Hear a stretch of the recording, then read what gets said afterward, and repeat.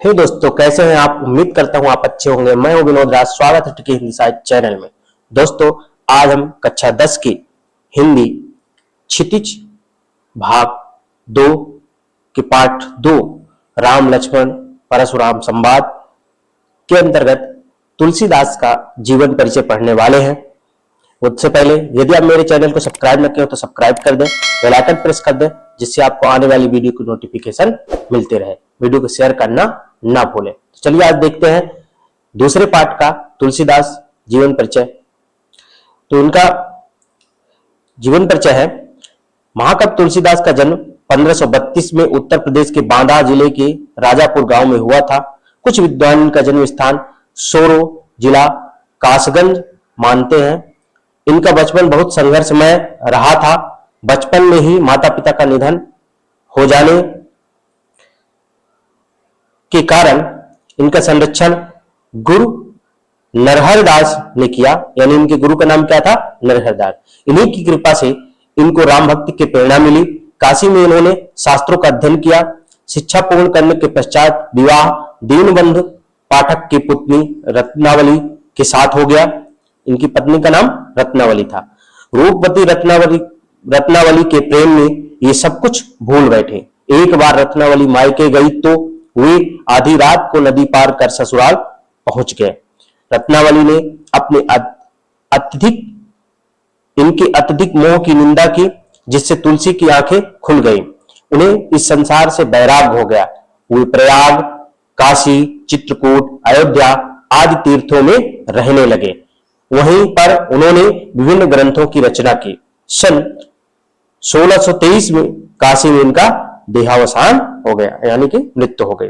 इनकी जो प्रमुख रचनाएं हैं देख लेते हैं।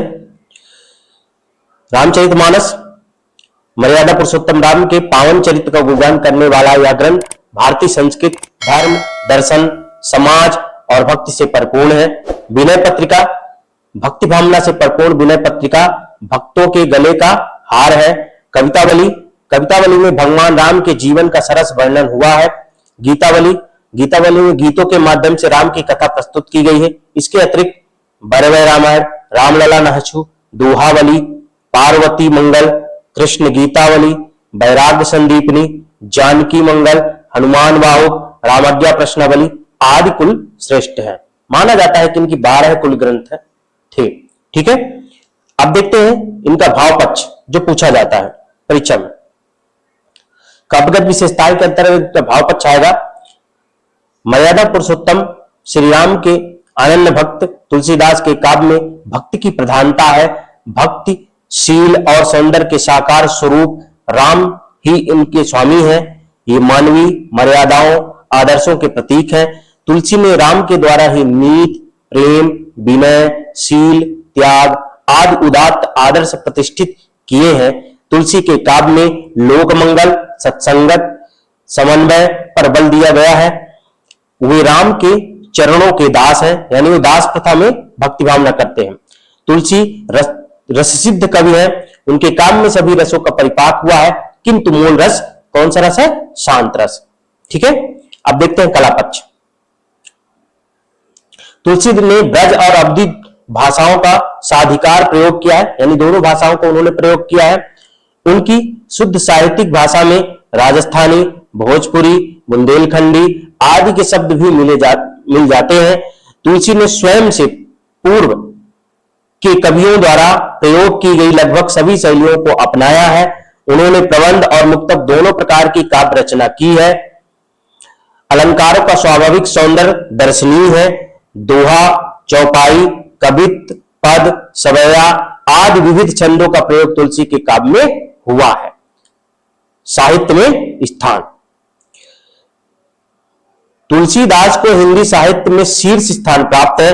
वो एक साथ भक्त, कवि, समाज सुधारक, दार्शनिक, उपदेशक, लोकनायक, युगदृष्टा है।